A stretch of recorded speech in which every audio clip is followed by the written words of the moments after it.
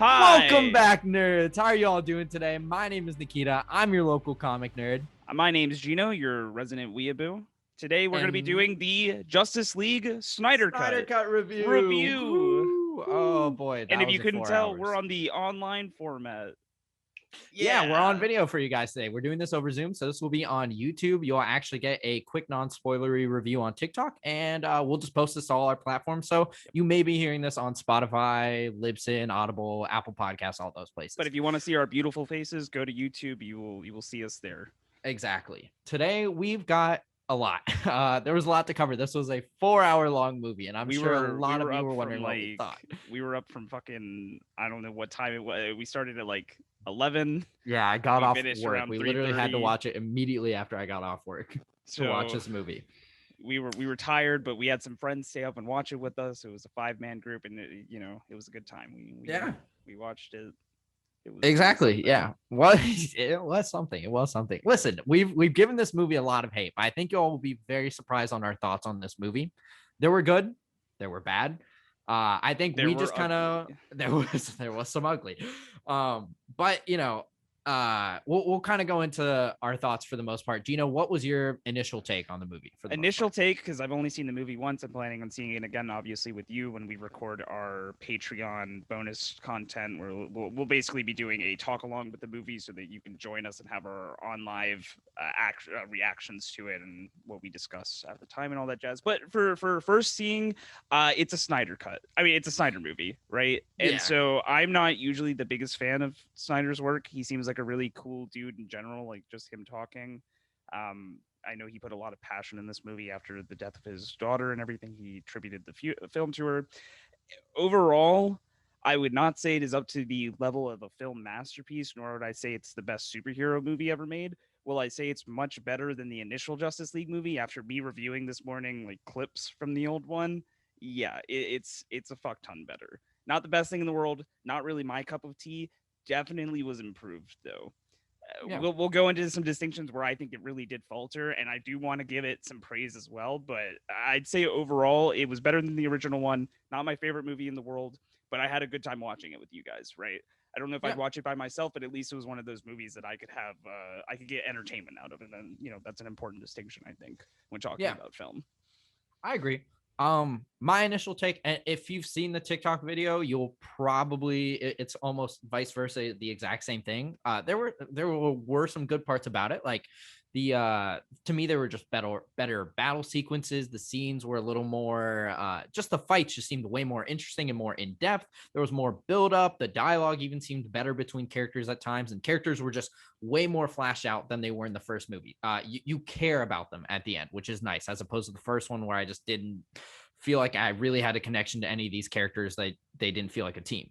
But there were some things I didn't like as well, like the villain designs and the settings and atmospheric tones in general were just very monotone and boring. And the pacing just did not flow at all. Characters were still underutilized at times, like Clark Kent and Barry Allen to me, especially. And the slow motion. Oh my God, we'll talk about this later, but the slow motion every fucking 5 minutes was just so annoying and added to the pacing just shutting off at times. And so overall, like being completely honest, it was definitely better than the first take. I like it a lot more than Joss Whedon's version. Joss Whedon, whatever his name is, more than Joss Whedon. There you go. Joss We're Whedon. good. There we go. I like it better than his version of the movie.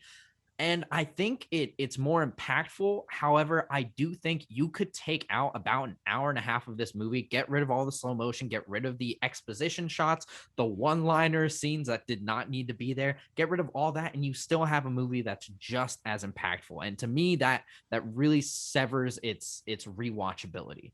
And so I definitely think it's worth giving it a chance. If you're skeptical on whether you think you'll like this movie, give it a chance. Watch it one time through. I think you will enjoy it for a one-time watch, but otherwise, I don't think it has much rewatchability. And me and Gino rewatching it, like we plan to play a drinking game with it because like otherwise it would just kind of be boring if we just plainly rewatched it, Now even with friends. the interesting thing is that not everybody feels this way. Yeah, yeah. Some There are people are. very definitely some avid fans who I keep seeing are like. I think my favorite comment that I've seen just this morning was I read someone on one of the review sites that I follow was like, "Yeah, this is going to be the type of film that like I can't wait to watch when I'm a 70-year-old man." and I could list it up as like one of the epics, and I'm like, Uh, uh, I yeah. don't know if I fully agree with that, but like I said, people subjected like, and the interesting thing is I really like long movies. Lawrence of Arabia fucking slaps. The Lord of the Rings extended editions, I love sitting through those movies. So like, Yeah. length isn't A always long a movie can still be problem. great. Yeah, it's more of Yeah. just like, this was Does it not all the need to right. be there? Does Yeah, it this wasn't add the to the right movie? long movie, right? Like if you're just adding things to add things, like we could Yeah. add all our podcasts into one episode, right? You don't want to, like, just because it's 6 hours long doesn't add to like the quality of it, right?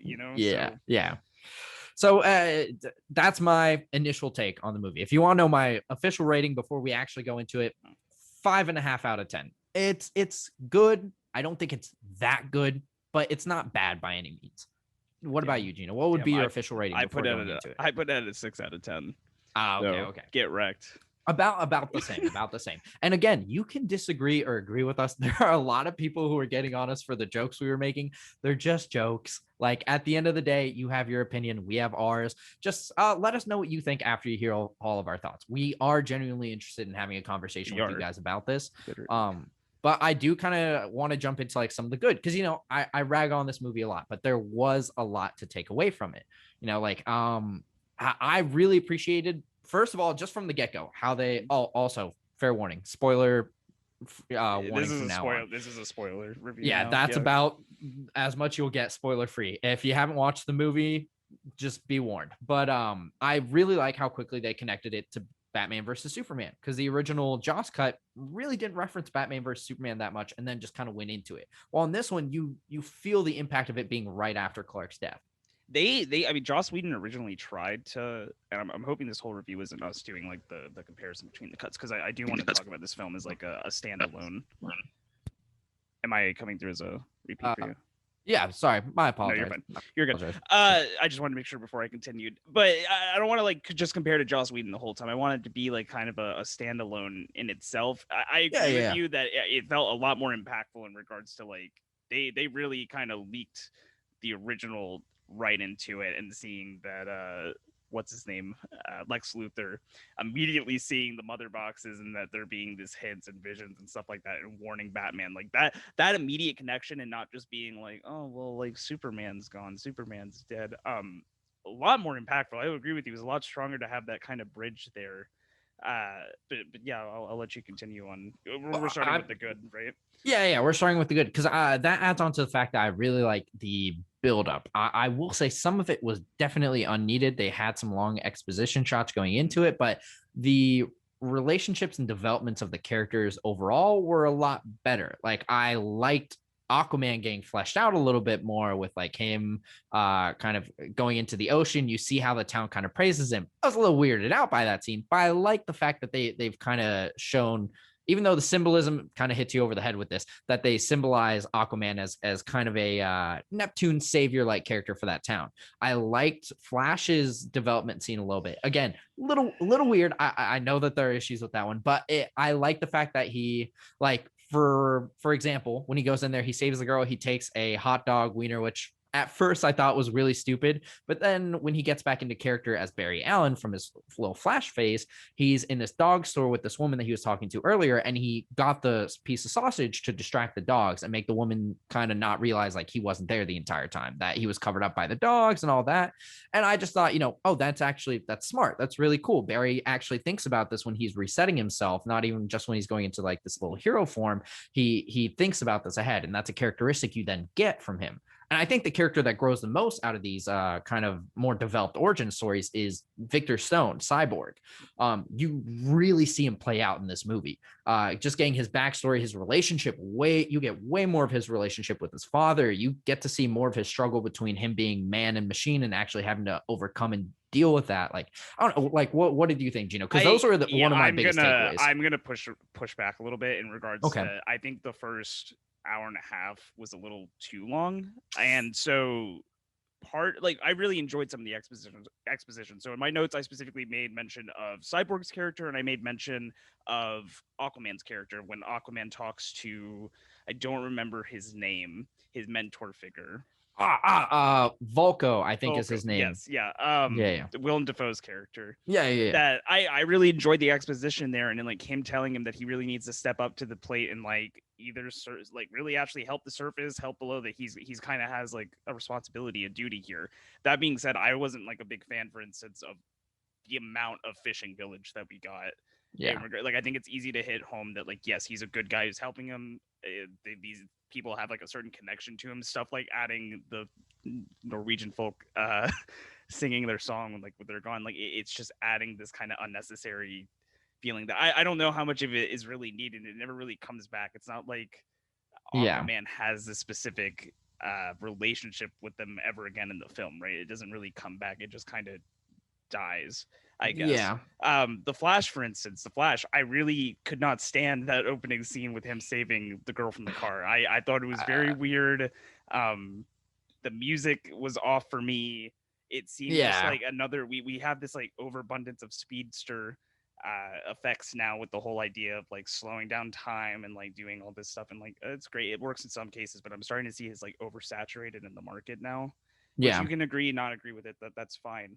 The thing about the Flashes though is that I really enjoyed the conversation that he had with his dad once he got into the prison. I marked it down as like a Yeah. very excellent scene, and so it's like, to me, what I was seeing as a struggle here was that there was some really good exposition for some of the characters, and then there was stuff that it was either unneeded or I felt didn't really hit as hard home, and that's just adding to that length that we already have, right? Yeah. So Wonder Woman was another instance. Wonder Woman, I loved the fact that she saved all those people in Britain. Her going down into the dark depths of the Greek Catacombs area underneath the catacombs temple. area, and Yeah. Yeah. there's a mosaic of dark side on the wall, and it's just kind of like, okay, Yeah. all right. So stuff like that. So like I agree with you. I think the exposition was a lot nicer in this film. I just think that there was some unneeded scenes that were at the start that I think were supposed to like support the character and be like Yeah. what's the word, propping them up, essentially, like getting Yeah. you ready for them, because they don't have solo movies in this ideal world, Well, right? So okay, wait, to go from there. So actually, now that I think about it, with how we're reviewing this, maybe we should go by like the hour marks almost. That almost seems better, because I think just going over the good and the bad. Let's go by the hour marks, because we're talking about hour one now, and I Part agree. one, as they Part called is it. part well, no, part 1 through 3, Gino. Part one Yeah, through three. yeah. Because in hour one, I agree. It kind of feels like nothing really happened. Some of the development stuff is things that could have happened just much quicker in general. Because I like the underwater fight scene that Aquaman had with, was it? It wasn't William Dafoe's character. It was with the parademon underwater. Am I wrong? Yeah, with Parademon, and I believe what's his name showed up Yeah. actually too. Mira and William and Volko appear Yes, afterward. so to fight Big And Horn Steppenwolf does too. Steppenwolf Yeah, does. Yeah, thank you. That's where I was the name. I enjoyed that underwater scene, the underwater fight scene. I enjoyed I was okay with the Barry Allen scene. It weirded me out a little bit. The pacing was kind of weird. But in general, though, for that first hour, nothing really happens that you really need. Some of it did prop up the characters more. Like I like the Barry and Dad scene a lot, but that could have all been done within the first 10 to 15 minutes. And you kind of just have more buildup and exposition that doesn't explain anything at all. And at the end of the first hour, like 1/4 of the movie, which is usually half of another movie, you're nowhere at the plot. Yeah. For the most part, which was kind of frustrating to me. And something I'd like to point out, which is something we noticed pretty early on, an issue we had, was the soundtrack. The soundtrack just takes you out of the moment at times. Like that's one of my biggest complaints with this movie is it was when you have a soundtrack to something going on, whether it's a fight or Barry using his powers or something like that, you want it to add to the moment. This takes you out of the moment, which to me just doesn't really make me enjoy the movie more. It was interesting because the way that I marked it, and this has to do with the beginning of the film especially. Later on, I think I got better with it because it started going more instrumental. The added like actual lyrical songs, like when they were pulling from like old rock bands, or I don't know what you would call the Flash song. I don't know what genre that would be. But like for instance, when Aquaman is walking into the ocean, couldn't stand that. I thought that it was really weird for what was happening there. I'm not talking about the Norwegian singing either. I'm talking about literally like when he's got the ocean spraying on him and there's like some dude singing with the guitar in the background, and I'm like, what does this have to do with it? Like, yeah, what vibe am I supposed to get for Aquaman right now? Like, yeah, you know, it got fixed for me later on. Like, for instance, I know we were joking about it in our review about the Wonder Woman theme that they decided to choose for this movie.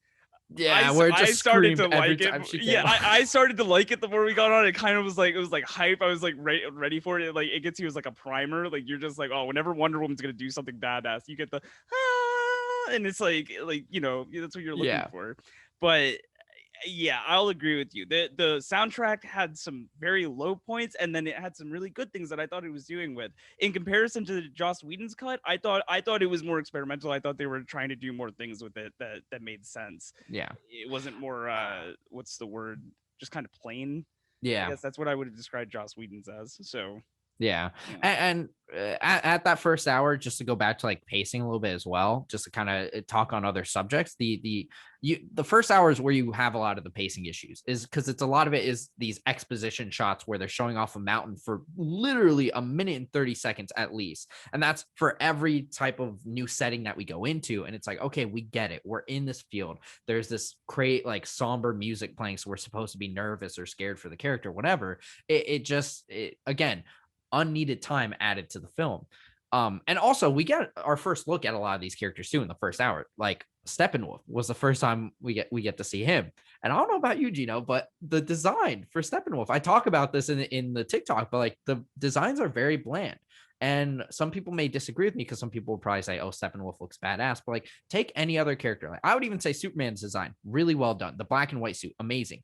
It doesn't have to be comic accurate. It's just when you see that, you think, oh, that's Superman, or like, that's a badass version of Superman. Or like, I don't like to make the comparison to Marvel, but like, take Thanos' design and then compare it to, we see Darkseid for the first time too in this, but Darkseid or Steppenwolf, do you really get the same feeling of, oh, that's Steppenwolf, that's Darkseid, than when you do when you see Thanos and in his more, you can say it's colorful, but just more like character oriented suit rather than just monotone and rocky or metallic. I think Thanos, like the CGI work that they were doing with Thanos in regards to like the grafting onto like the actor's face, like Josh Brolin, like Thanos looks like Josh Brolin to an extent. They have like similar facial features, whereas like Steppenwolf and Darkseid, I don't think really have that at all, which is fine. Which I don't think it's fine, but then you got to make the production or CGI look good at that point. My big problem with Steppenwolf, I think, was that it was all shiny metallic with no color differentiation. They had the moving parts to it, and I was weirded out by it at first, but I think that was good that I was weirded out by it. It's alien, right? So like that I was fine with, but that just same color, that metallic glint the whole time, I wasn't too big of a fan of that. I will say what Steppenwolf did get in the first hour was he actually got character exposition. He actually got character setup and motivation that I think he was sorely lacking in the original cut. He had somewhat of like the idea of wanting to prove himself, but like there wasn't that type of desperation that this version of Steppenwolf had, and I thought it was really excellent. I'm glad that they added it to the character. Contrary to that, though, we have the introduction of Darkseid, which I just thought made him look like a little bitch.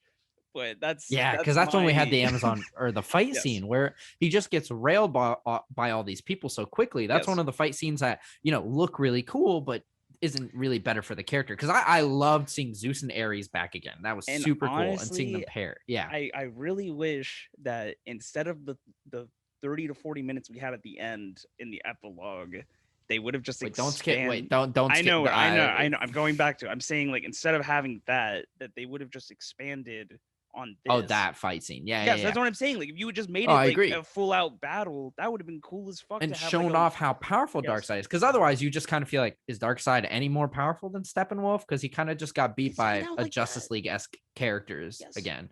Yeah. He's taken down immediately. Literally the 4 shots of the heroes we see are just them shooting things at him and him taking them. And it's also not even characters like, and that's it. Like, and which a lot of people are hyped about Green Lantern. Green Lantern does nothing. I dislike his design as well. And literally the only I love the fact that we're starting to see more Green Lantern pop up in like the media culture or DC in general, because they don't utilize him as much. But all he does is shoot lasers in the movie. That's it. Give me one time where he used anything but a simple laser. Shot 2 lasers, then got killed. He is a useless character in this movie when he probably has the most like the largest range of abilities to actually fight Darkseid out of all the characters that were there. So He it's like, immediately gets his hand cut off with his ring, and I was just like, really, that he bruh. couldn't create a shield? At least he does know how to create constructs. What? Yeah. So that's a lot of people that say they like the Green Lantern cameo. Yeah, that's all it was a cameo. It wasn't anything more. It wasn't a good character. That was a big issue I had. The other thing was like, you had all these characters beating up on Darkseid, and they were given no background or anything besides just name drops. And then you're supposed to imagine like, oh, are they supposed to be more powerful than the Justice League? Or are they not? Because I think you're meant to assume they're drastically more powerful than the Justice League. Also, but like, because you get no character background, you don't like, know how are you that. supposed to determine like the difference between the old gods and the new gods? Because the old gods wipe the floor with Darkseid. So like, Yes, and the new gods are supposed to be way more powerful. yes. So yeah, that's the first hour. That was the end of the first hour. I felt like another thing with this movie is it could have been, regardless of just like cutting out all the needless parts, because you can have all that buildup and some of those key buildup moments and just have the exact same impact as I said earlier. Or in general, when you're doing a team movie, you shouldn't be doing the origin story for majority of the team members in the team movie, because at the moment that's kind of what it was for Barry, Aquaman, Cyborg, and a little bit more on Wonder Woman. She had her origin story, but then they kind of went into a little bit more with the Amazonians and their history with the Mother Box. But regardless, I think it could have just been like a two-parter movie, or those could have been prequel stuff that you could have done before doing a full Justice League movie. Was my main issue with hour one. Hour one just didn't seem like it added much to the whole Justice League theme of the movie for me. Yeah, no, I mean, I'll agree. That's why I said that first hour was like a slog. I thought. Yeah. The Amazon fight with the Mother Box was cool, but that was already kind of in the original a bit. Another thing I want to say about this film that will be a theme for the rest of the movie is that the gore is upped in this one, and I actually liked it a lot more. I appreciate getting to see a villain like essentially tear his enemies apart. Like, that's cool. Like, I would expect Steppenwolf to be cutting people in half. That was lit in my eyes. So something I'll even talk about as we go forward with some of the with just in other battle scenes is that the fighting and the abilities are used, I think, are just expanded on a little bit more than with the original cut. Like Aquaman's power and him using the trident to kind of control the water and everything. Those scenes, beautiful, amazing, awesome power utility, all that stuff. The only character I say they wouldn't did that with was Flash until the very end. But otherwise, the other characters actually got to show off their abilities a little bit more, which was Wonder cool. Woman. I like that. Felt like Wonder Woman. Man. Yes, that yes. scene Wonder Woman was badass.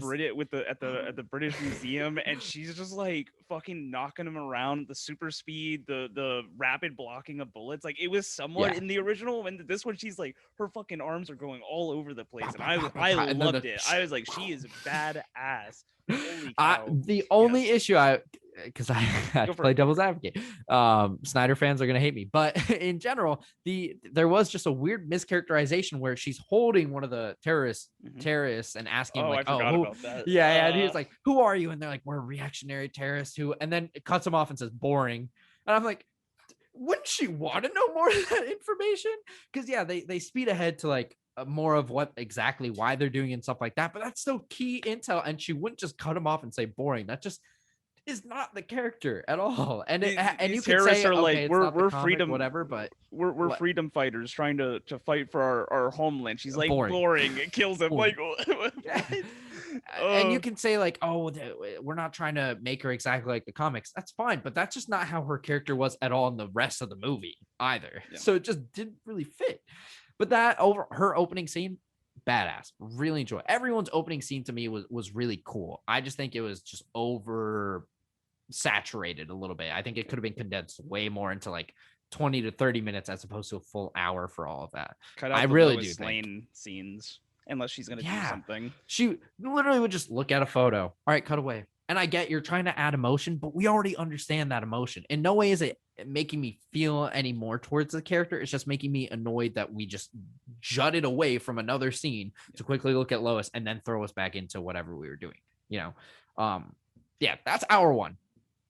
Gino? Yeah, you're back. You okay, there we go. Sorry. Yeah, that's hour one. The next significant portion is they're finally starting to get back together. They're starting to Yeah, get together. it's where they're starting to get somewhere. It's like the team seems to be getting together. The buildups have kind of been finding their closures, and it's a little more of a useful hour, I would say. I think that's where you should have kept most of part one of the movie, or sorry, it ended up being part like 6 through 9, but you know what I mean. And so I believe is that hour 2 is where they fought Steppenwolf the first time, right? I want to say, the I thought sewers? you made a mention at hour 30 is when they were going into the sewers for the first time, and you made some mention that you were like, wow, by a normal movie, this would be like where the climax is supposed to be, and like they were just kind of having like the four-man Their first squad. fight, their first like Yeah. official fight as a team was an hour and a half in. Yeah. Which I like that fight. I didn't mind the fight at all. Oh, Gino did There like was the fight. there was some cool aspects of the fight. There was some I think this fight was it had some highlights for the underutilization of characters. So like for Yeah. instance, Batman doesn't really like, I really liked Batman's solo scene in the Batman versus Superman, the original, where he's taking out all these guards to save Superman's mother. Awesome fucking Yeah. scene. I'll give it to Zack Snyder that he fucking killed Batman in terms of like combat. Like I'll give him that. Yeah. Batman Again, in the this action case great. just doesn't feel like As badass. he feels meh. I made a joke about it last night in regards to, there's a scene where there's a parademon standing in a doorway, and Batman grapples so that he can get like the tiniest momentum to get a kick in. And I'm like, why wouldn't he just like jump at him? Why like what is he doing? There's the Flash, and like I want to specify that I know the Flash is supposed to be like a newer type of Flash, so I don't want to hark on it too much, but like there's that really pointless scene that was in the original as well, but where Wonder Woman drops her sword and like Barry Allen goes to like get it back to her and then trips and falls, only for her to land down next to him where she would have gotten the sword anyways. So it's like, yeah, you just make him okay. look stupid at that point. Also, Yes. like, how does he trip in that case? Why did he even go after the sword in the first place when she could have just grabbed it as soon as they landed? Like, he could have also, him just not doing anything the entire time. Like, he was taking so long to get the guests out, even though he could just carry them out. You see him just dominate on one parademon in like less than a second. He could do that to all the parademons in there. Him and Cyborg took like half of the fight getting civilians out, when like they should be taking like taking on the parademons. I don't know why Batman didn't escort everyone out, because Batman was struggling with one parademon for the entire time. He was struggling. And I will say, Aquaman and Wonder Woman, badass in this scene. They were kicking ass. Again, their fight scenes, excellent. Those two characters were done so well in this movie. When Aquaman shows up and stops the wave in the tunnel. Yeah. I agree. Wait, really weird thing though, guys, because if you've watched this movie, you saw that scene. Immediately after, Aquaman's holding back the wave so it doesn't hit the Justice League, right? They're all trying to get on Batman's Batmobile and get off, and Diana's just a little bit behind, right? And they're waiting for Diana. They're like, Diana, get in here. We can't leave without you. Diana can fly. Like, why did they need to wait for her to get into the Batmobile to fly away? She can fly. We see this. She can leave. She can also take a fucking wave.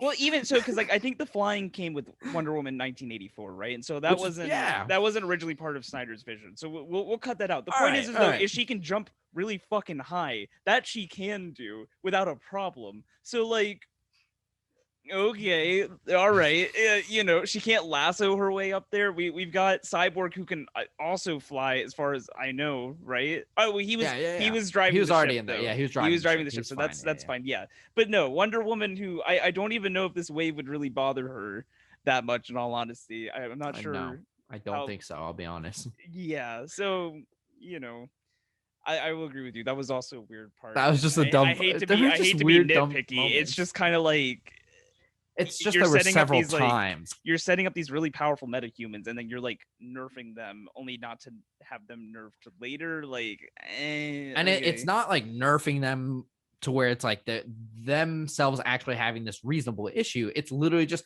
quick little plot device, like Barry trips before getting the sword, or Wonder Woman needs to be in the ship before they leave. Like, it's stupid stuff right there, and it happens too consistently to me for me to take it seriously at all.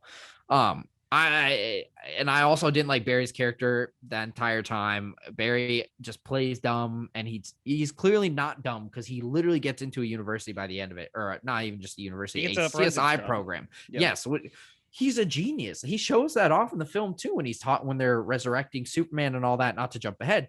But then like in this fight scene in the second hour, he's just a bumbling idiot. Like he's useless, which to me, I hated that characterization. It doesn't have to be like the comics. That's fine. You can have him be a new, seems almost seemingly like Peter Parker-esque character. Just make him charming and funny, not annoying and to the point where every time I hear his line, I want to speaking as someone who is a fast speaking nervous speaker, you know, you don't have to be cringy all the time when you do that. Like that's not just because someone like talks a lot doesn't always mean that it's like wow, every fucking line that they say is a what is a I gotta need my head, you know. The amount of people who I keep saying that they made the Flash really funny in this movie, I'm like yeah, I don't. Not to me, he wasn't personally, but yeah, we were. I mean, that it was five. Like I said, it was five of us watching it last night, and it was more like us groaning when he made jokes. Yeah, no one liked them. Yeah, I'm really trying to think. I will say though, hour two, I think also shows off a lot of the improvement on dialogue because you see a little bit more chemistry between Bruce and Alfred. It's not just them having these quick little talks and then switches to the next scene. You develop their relationship, and this was in this movie. I really felt like you're watching Bruce Wayne and Alfred Pennyworth, like, and see their relationship as almost like father son, Alfred mentor like kind of deal. And you see that a lot, especially near the end of hour two, because I think that's around when they started getting to the point where they're about to resurrect Superman, right? And I think at one point, even Alfred tries to like talk to Bruce and kind of give him this advice and say, hey, I think you might be a bit out of your depth here. You've gotten the lead together. I think you're fine. I think you might want to call it now. Yeah. And Bruce is like, no, I can't. Like, I have to live up to, I'm inspired now by Superman. I have to continue doing this. And to me, that really amazing personal responsibility, which I thought was a lot more excellent. Like, it was a lot explained better. Like, that conflict was explained better here than in the last one. The last one, he was like, I kind of have to get the party together. There's a danger coming, and this one it was more of like last time it was my fault that we were divided and that we weren't together. Like I'm not going to be in charge of that again. He's like, this is the right thing to do. He's just like, this is what he would have done. I thought it was excellent. The other thing I wanted to say I thought was greatly improved by at least this hour was the soundtrack. There was that really excellent moment when Batman and Barry Allen meet for the first time and he throws the batarang at him. And in the original cut, it was the same dialogue in the original cut, but in between Flash's explanation of like, this is what the Speed Force works, or like answering Batman's immediate questions, they did like a guitar rip, like an electric guitar rip that just sounded sick and just made it like, oh shit, like we're like these are two like superhuman beings like getting into it, like explaining and like analyzing each other. That's fucking cool as hell. Like, you know, I was gonna say everyone's introduction with each other I also like, because you see this in hour two, and like Batman, you saw this more in hour one, but Batman's meeting Aquaman, really fucking cool. Wonder Woman meeting Cyborg, really awesome. All them getting together too. Their characterization, you feel like it's a bit more of a team. I will say I wasn't completely pleased by the end of the movie. I didn't feel like they were that much of like a friendly team, kind of like I hate making this comparison, but you kind of have to. It's like when you're watching Marvel's Avengers, everyone at the end feels like a friend, like they get shawarma at the end, like just casually.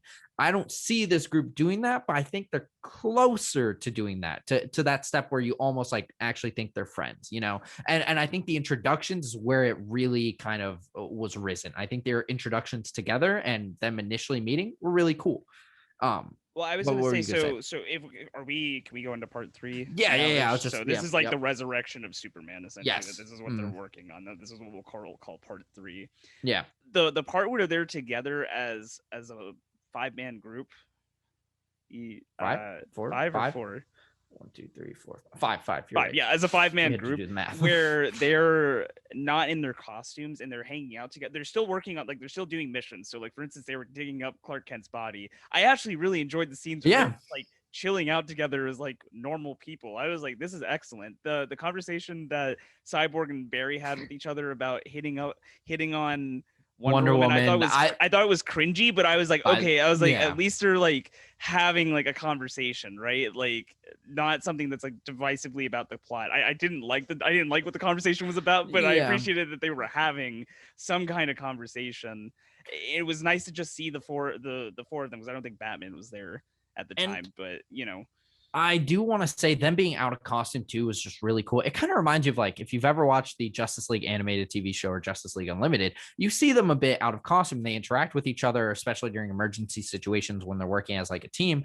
I like that because it kind of takes away from the fact that they're like they don't just stick together as superheroes. They know each other personally and they stick together personally as well. And so they're willing to trust each other in civilian outfits or whatever it is to accomplish the mission or save the day and do whatever. I just like the separation between just like their superhero personas and their actual character personalities. You know, their identities as Barry Allen, Diana Prince, Arthur, all them. So I like that. I really like that. And I think the build up to this was probably the favorite part of my movie in general. The build up to Superman's resurrection was really well done. You could kind of feel the suspense coming of like, okay, this now has to be done. Like we need him or we kind of don't have any shot. As well as well, you seem like you want to say something. The Batman versus Aquaman argument that they had literally in the final countdown to bringing back Superman was fucking exceptional. Yes, I thought that was awesome. I love that interaction. Yeah, I thought that was sorry. Like, I mean, if No, you've no, seen the movie, yeah, you've seen yeah. the movie. Like, it was one of the moments that stuck out to me that I was like, "Holy shit!" I was like, "These people sound."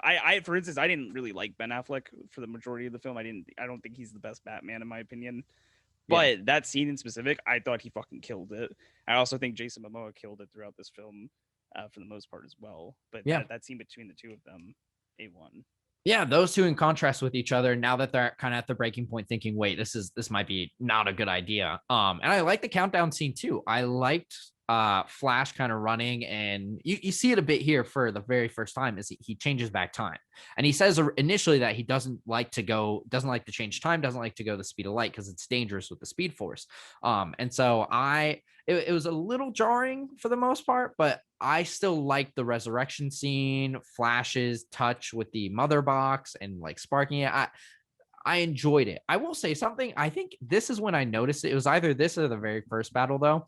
The electricity effects, the electricity CGI, way too overdone. Like way too much. It makes me like not want to look at Flash when he's doing that. Like just keep it simple and have him running. I get you can have some sparks there, but like there are times where he's running past them and electricity is shooting everywhere, and I'm like, how is he not like killing Cyborg right now? Like, shouldn't the electricity just be like absolutely bombing him at the moment? I didn't get that. It was just excessive, but otherwise, the rest of the scene was really cool. And then you had Superman. I also wish there could have been a mix up between like because that's what I was saying earlier is that to me like the fast running slow motion has become a little oversaturated ever since Days of Future Past was the first time they did it really with Quicksilver. I think there was instances of it before, but ever since then we've had a lot of it, and so like doing it that every time the Flash runs in this movie it's the same slow-mo effect is just kind of disappointing because you know from my animation knowledge of like Justice League Unlimited, right? That like it's really cool to see when Flash is just a blur running around. And it would be very nice to have like another character's perspective to see like what the fuck it looks like when he's doing his thing. Seeing someone else's perspective of watching the Flash, not always seeing Flash's perspective. The only time that we really see it is when he's running around trying to gain, and this is again towards the end, but I'll just mention it real quick that when he's trying to run around to gain enough energy to stop I almost called it the Allspark, the Mother Cube. That was like the only time that you really see like damn, like that's super cool to see him doing his thing where it's the blue streak behind and everything, and you don't really get it anywhere else in the film. I'd love to see him taking out parademons or fighting someone with that same kind of effect. You don't really get it. So. I would agree. There were the slow motion too. Just again, the slow motion was way too much. Every single time some sort of action happened, or they really wanted to, I guess, signify a moment, slow mo. If you look at my notes, almost like every 3 or 4 lines, it's me saying, "God damn it!" The slow motion in all caps because it's just excessive. Like it's annoying. It takes you out of the moment, and you're just like, "Okay, let's finish this up already." Pacing, God. But from there, you go into Superman being resurrected. Really fucking cool scene. Him going out. I loved the build up to Lois kind of being there as well. She visits the memorial daily or weekly or whatever it is, gives the regular security guard the coffee, is like, hey, nice to see you again, whatever his name was. And just seeing Superman kind of take it all in, and everyone originally everyone's in infatuation with him because it was the first time they see this character too, like for Cyborg, Aquaman, Barry Allen, all them, and they're just like, wow, like this is really him. And then you slightly start to see it turn. And I like that. I like the suspense it builds. I like the fear the characters start seeing. The only thing I didn't like was Cyborg's automatic security system going off to set Superman off. If Cyborg's built up so well and his powers are explained a lot more in this movie, and they show you the vast control he has just over technology in general and over his own body. And apparently there's an automatic security defense he can't shut off or say, hey, that's not a threat. Don't designate that as a threat. Really? He's the Blue Beetle now. Didn't you know? Like that's Yeah. really what Cyborg Yeah, is. it's He's the just scarab. Blue You just Beetle. can't control it. Yeah. Because a lot of sorry, not to one you're quick fine. thing with You're that, fine. like as well as Cyborg's character was in this movie, his powers just weren't utilized that well. Like when he hacks a screen or something like that, it just looks very cheesy, like 90s He had his hacker little metal type arms moment. that were always doing things. Two little You didn't metal like his arms little that were spider doing arms? nothing. Like they kind of just had him do brute force or like cheesy technology type effects, even though they could have done so much more with this character, and they show that he could do so much more. Yeah. Sorry, you were gonna say something I about was that. gonna In general, I was that gonna scene. mention the fact that like that scene worked a lot better in this case. Yes. In regards to like I believe the Barry Allen versus Superman scene was actually expanded a little bit more in comparison to the original one. And it worked a lot better here to actually see them fight in this type of super speed style rather than I think in the original he misses Flash once and then Flash trips or something and like that sends him out. Here we actually got to see Flash like not even trying to fight him, just trying to dodge him basically. That was it. I like not seeing and struggle. I like seeing like Batman never actually like raised a hand to fight Superman in any regard. Literally, it was all him just trying to desperately block his laser Plead and beam. talk to him. Yeah. Yeah, I thought that was excellent. I felt bad for Aquaman. Aquaman didn't really do anything against Superman at all. But Wonder Woman was cool, I will say, because you can see she doesn't want to fight Clark, but she's willing to protect everyone, and I really like that as well. And her kind of giving Superman a bit of a fight. She kind of gets beasted on at the very end. Oh yeah, but her just sticking up and kind of showing that she's at his level was really cool, or at least is supposed to be. She's supposed to be at his level. She's not really at his level at all in this movie, but I would like the implication that she is at some point.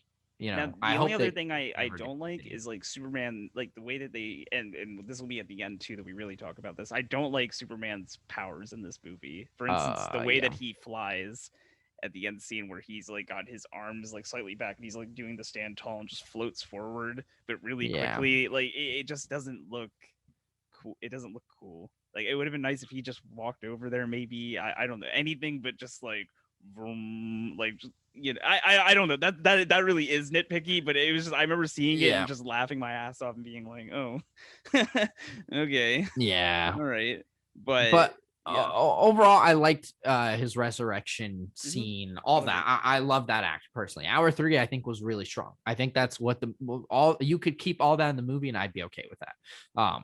But yeah, from there, you then go on to the fight with Steppenwolf. And before we go into that, I want to talk about Superman's character a little bit because you just brought him back, right? He's slowly getting his memory back with Lois. I love that interaction. I love seeing him with his mom again. Yes. You've seen Man of Steel and Batman v Superman, right? Yeah. Yeah, Man of Steel, I always really liked as a kid, and I still kind of like it to this day. I know not everyone does, but I personally like it. I'm meh. And that's fine. I think he did a pretty good job with Superman in terms of like characterization, though, right? Like you kind of know who Superman is a bit. Batman v Superman really struggled with that because Superman just doesn't really have a lot to do or say. And then the original Justice League cut, it was even worse for that for Superman. So much so that Joss Whedon almost like painted him as a bad guy. Oh no, that was Zack Snyder did it originally. I apologize. I don't like Superman in the original Joss Whedon cut either. I thought he looked. I was gonna say I don't like him in this version too, and he's a badass in this version. I'll give him that, but that's it. Because here's the thing: the buildup around him is amazing. His resurrection, him fighting the League, then him seeing his mom and Lois. And my favorite scene, well, it's probably my favorite scene in the entire movie, is him hearing both his dads, both Jor-El and Jonathan Kent, and seeing both the ideals from them, inspiring him to be this hero, to be this, not just this legend, but just a human, Jonathan Kent kind of speaking to his humanity side, while Jarrell kind of speaking to the responsibility side, both of them clashing, not even clashing, but what's the word? Just very compatible with like each other. Yeah, synchronizing with each other. And it really gives you this moment where it's like, damn, like this makes me want to be Superman. I mean, holy shit, like makes me want to go out there and do something cool. And it's like Clark's about to do something.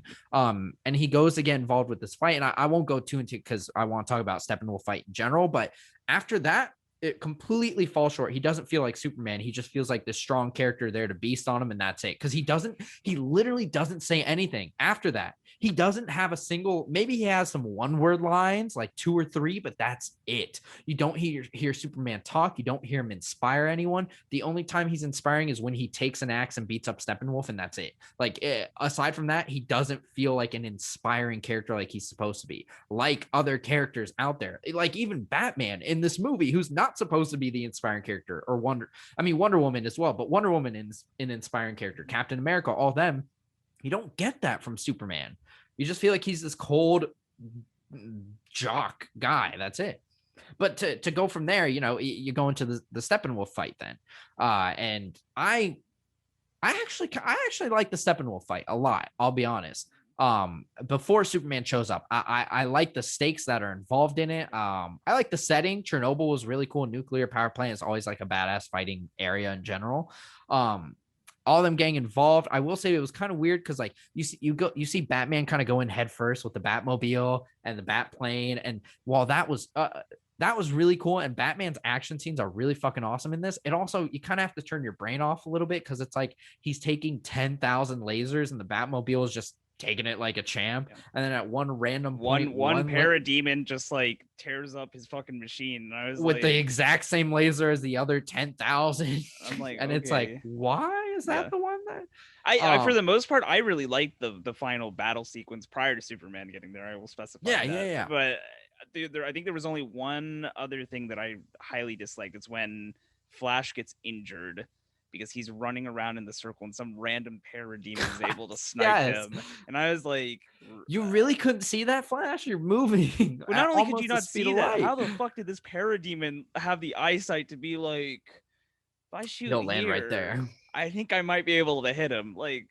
all right, man. Yeah. No, I agree with you. Fight. Batman had plot armor. Batman always has plot armor. Yeah. I'll accept it. It's fine. It's a pretty cool scene. Compared to the original one, is a lot nicer. I actually, for once, appreciated it that this scene was really dark, like in the nighttime and stuff like that. I actually thought it made it look a lot prettier than the original, like kind of reddish, purplish hue sunset thing that Joss Whedon's version had. I thought it looked nice what we were dealing with. So I was very pleased with that final fight and them working together. And again, the gore was up, like the actual blood and violence, and I thought that was great. I thought it was wonderful. So yeah, the action was awesome. Again, Wonder Woman and Aquaman, super badass. You see Steppenwolf actually kind of be the scary character too, because he doesn't take it. Like he gives them a run for their money. He tanks Cyborg.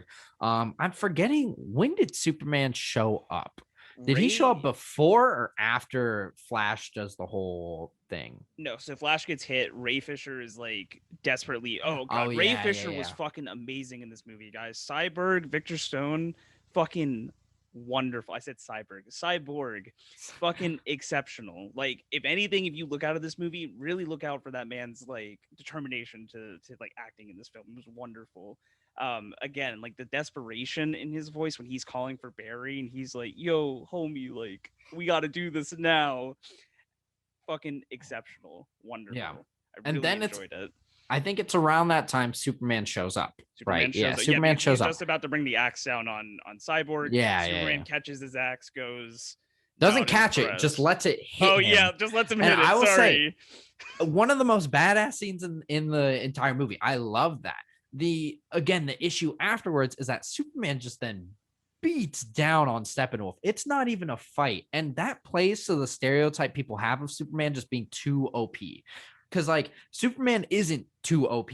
Like he has the exact same power set essentially as Steppenwolf or Thor or all them. The issue is writers don't know how to power scale at all, and so when they deal with Superman, they think, oh, he has to be the strongest in the room. He's never has been. Let me just say that even in the comics, he's never been the flat out strongest. Maybe you could argue in like a very recent run, but otherwise, no, that's not been the case. There's always been people stronger than Superman. And so you play to that stereotype, and the exact same issue everyone has is he's too overpowered, because then, Aquaman, Wonder Woman, even Flash, Cyborg, we're all struggling with this character, and Superman solo Steppenwolf. It's like, I don't need you to. Let me just take care of him myself with my fucking hand tied behind my back. Yeah, at that Aquaman point. and Wonder Woman, when Wonder Woman end up being the ones who finish him off, Useless. but like really, like they weren't Yeah. needed to begin with. Like, great, okay, Aquaman stabs him in the back, and then Wonder Woman chops off his head. Like After he's already down. If you guys hadn't been there, it wouldn't have fucking mattered. Yeah. Superman would have still killed him. He Been still would have fine. beat his ass. Like And that, it's Superman is badass, but it plays to all the issues people have with his characters when it comes to relatability and making him interesting. I offered a wonderful alternative because they literally set this up in the scene in terms of like a boom tube opens up, and who steps out? Not steps out, but he's definitely looking is Darkseid, and he probably could step out. Okay, so fine. Superman way stronger than Steppenwolf. Great. He does it. He kicks his ass. You have a character that they introduce who immediately is much stronger than Superman that could have just come in there, beat him around a bit, and that's when the Justice League has to use teamwork, or that's when Barry literally has to go like back in time and do the thing. Yes. Stop the mother boxes from coming, stopping the boom box from opening. Wonderful. Literally right there. But there. No.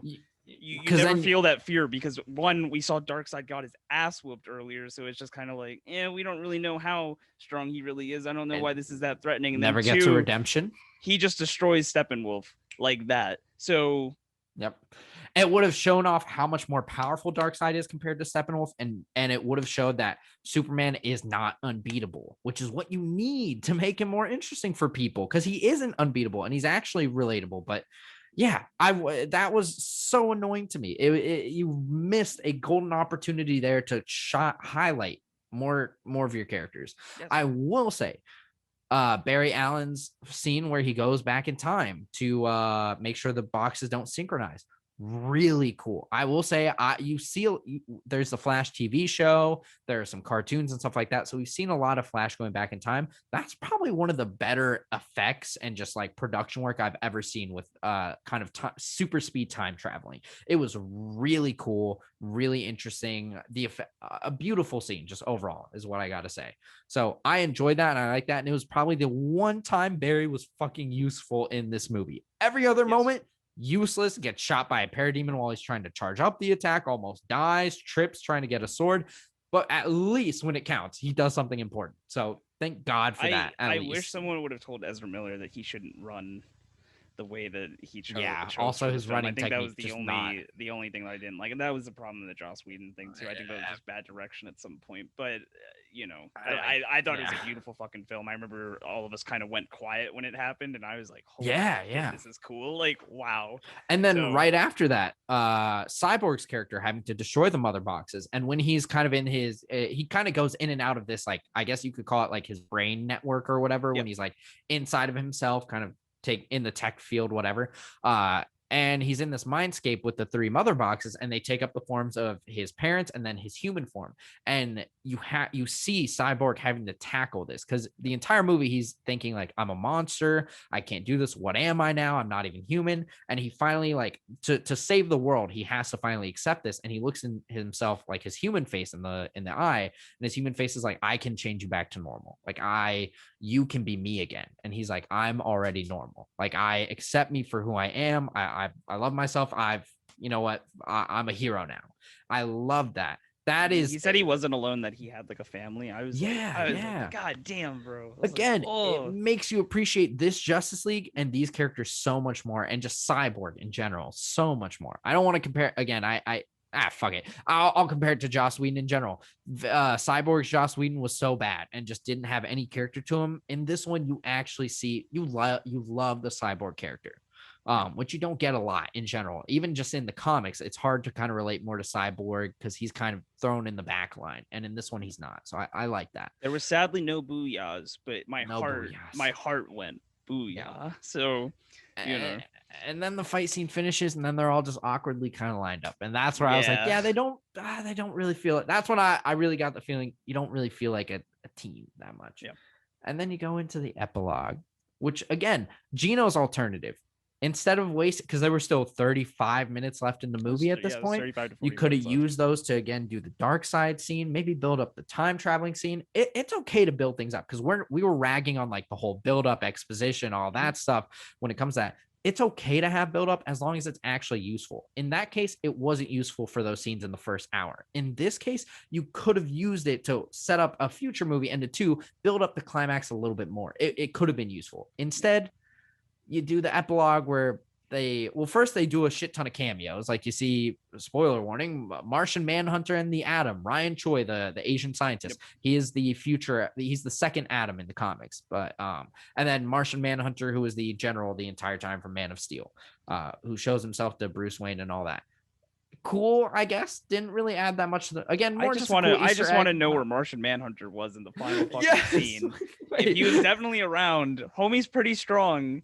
Would have been pretty nice to have him there, I think. And at that point, even he's like, yeah, I think I need to start helping you guys. It's like, why didn't you beforehand? You're in the military. You know what's been going on. Yeah. They wouldn't need Superman if they had you, because Martian Manhunter is just as powerful, if not more powerful than Superman, for those of you that don't know.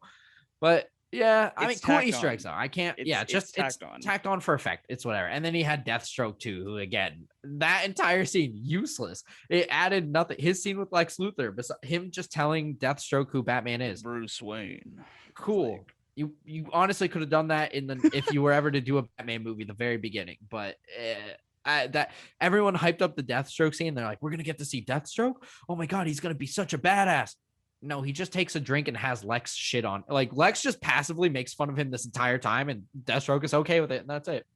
You did not get a badass Deathstroke in this, unfortunately. I'm sorry to tell you this, Snyder Cut fans. Like, yeah, I mean, we could literally sum up this whole epilogue portion as just like didn't need to be in the movie. Yes. I saw someone made a suggestion online that it could have ended when Clark walks towards the camera and it starts taking off his shirt to reveal the symbol underneath. I was like, I would have been fine if the movie amazing ending right there. It would have been great. No, we get these are like the after credit scenes that they didn't make after credit scenes, and so they just feel like weirdly tacked on. Yeah, they didn't fit because the Nightmare, you've already escaped that timeline, or maybe even if you haven't, it would have been cooler in a second movie rather than the end of the first. Or again, it could have been an end credit scene that could have been 10 to 20 seconds instead of 35 minutes. Literally, it's Bruce and Joker just talking half of that time, and it's not even a good conversation. You're kind of just like, what are they talking about? They're literally just roasting each other, and that's it, in front of their four friends who aren't saying anything. That was my most frustrating part, was that like this is a known psychopath who nobody likes the Joker, right? Yeah. Like, no sane person likes the Joker. He is the worst of the worst villains. You have all these people, half of which are like heroes, who are just kind of standing there and letting this guy like talk shit on Batman and be like, haha, you lost a mother, a father. A boy wonder. And I'm like, none of you, like the Flash isn't gonna step up and be like, hey, back off, man. Like, what the fuck is wrong with you? Like, or Mira, who's kind of already tired of this shit in general. She would have just fucking knocked him out. Mira's like, I'm gonna make them fucking pay for what they did to Arthur. I'm like, you're telling me you're gonna listen to the Joker say anything? Yeah. Brady brought up a good point. Is that like, why are they bringing the Joker along? What is he gonna add to this little squad that they have? In all honesty, in what way is he not detrimental? Like, please.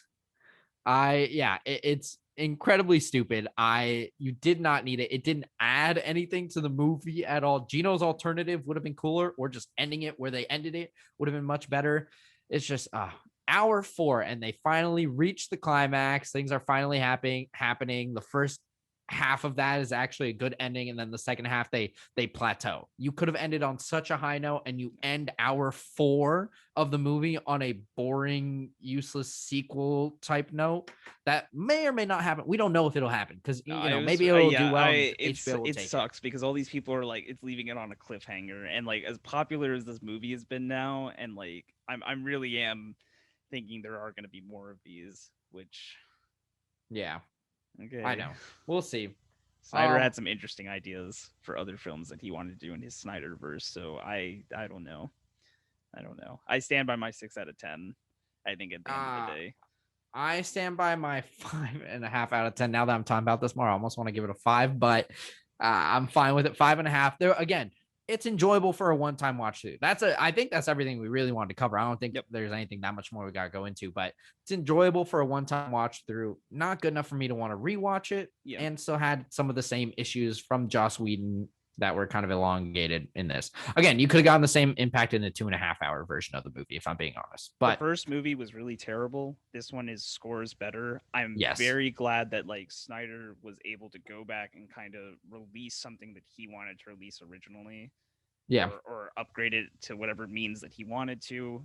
It definitely has Snyder's signature. I'd like to see him do what he wants to do. I'm not a big fan of all Snyder's movies. Some of them have been good though. I enjoyed Watchmen back in the day. Yeah, I just don't know if I enjoy his take on DC characters that much. I would agree with that. I think if they had another writer come in, I'd be okay with him directing another film.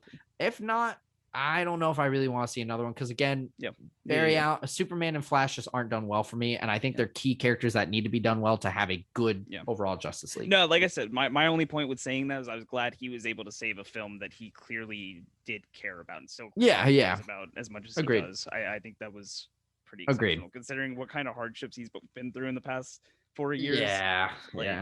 I'll give it to the man that he definitely improved on the old one. So and I'll even say it now, better than what I expected. I'll admit that. Definitely. 100%. I didn't think we would be talking about things that we got either excited for or were like, that actually was really cool, or like I enjoyed that portion. I wasn't expecting that. I thought this was going to be god awful.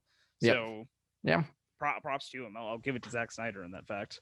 Yeah. And those are our thoughts. Again, maybe there are things that we hated that you loved. Maybe there are things that we loved and you hated. Maybe there's things we missed and we didn't talk about that you'd like to hear more of our thoughts on. We could do another possible bonus episode in the future to talk about user comments. But with that being said, I'm Gino, your resident weeb. I'm Nikita, your local comic nerd. And this is your resident nerds. Thanks for watching.